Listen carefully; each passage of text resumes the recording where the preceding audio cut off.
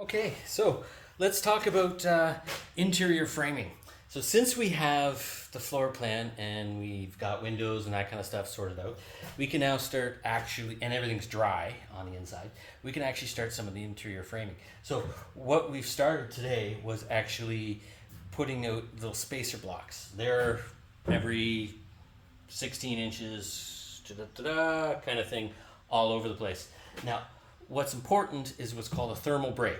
So if you just started screwing framing right to the frame rails here, what's going to happen is all that cold is going to start to travel through the screw and more so on the ceiling, and you'll start to have a damp spot right there. Not that it's leaking, it's actually condensation. The cold is going to travel through the screw and come into the area and either cool the area and create condensation, or the reversible effect will happen.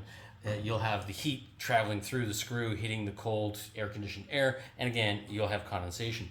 So what's important is putting the spacer blocks, and that is screwed into the frame. Then the next piece will go on top of that, and that piece is going to get screwed into the block, not into the frame rail. So there'll actually be a thermal break between the cold outside temperature and the cold air to the inside of the framing. And that's how you end up creating that thermal break, and you won't have any kind of condensation leaks. That also provides a bit of a gap if I wanted to run wires and anything else through the wall. I don't have to drill into the frame rails. I can run it in between.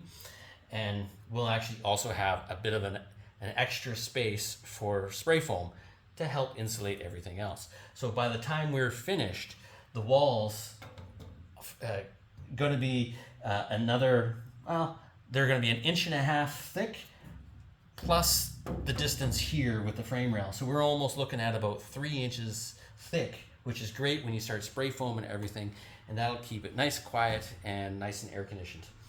But we're almost there. We're almost ready to start framing. But it's been a beautiful skoolie day.